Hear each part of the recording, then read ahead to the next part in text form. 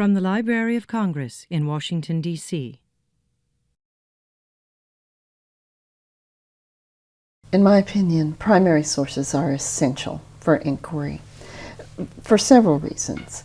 One of the first reasons is that primary sources are not interpreted by somebody else. And a basic underpinning of inquiry is that anyone doing inquiry will be working toward developing his or her own understandings. If you start an inquiry process with a secondary source, you're reading what somebody else has already decided it means in a very summarized way without the deep perspectives. So primary sources open up the door to the possibility of forming your own interpretation.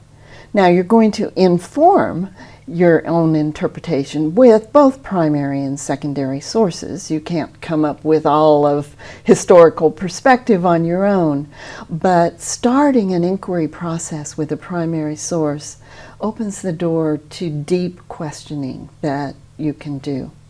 The second thing that I think is so valuable about primary sources and inquiry is in historical inquiry.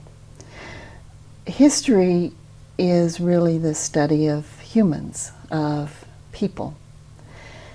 If you read a secondary source, you don't really see the people behind the writing. If, however, you're confronted with a primary source, you can see that it was created by a person. There are people in it, there are people who created it. It's in a human context.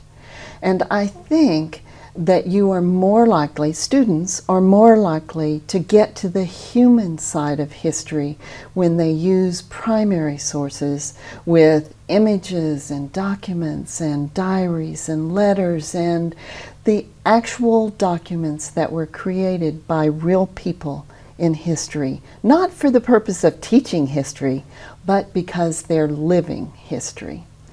A third thing that I think is really important about using primary sources is that they are authentic.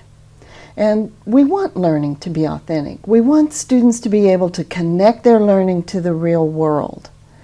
Well, textbooks are not really authentic. They are written for school. And students often don't see any connection between what they're learning and real life. Why am I learning this? They ask us. But when you use primary sources, these are authentic things that were created in real life. And I think that students are much more likely to make the connection not only to the authenticity of the time period they're studying, but also to the authenticity of real world living today. And they tend to connect learning to their own experiences, both now and in the future. This has been a presentation of the Library of Congress. Visit us at loc.gov.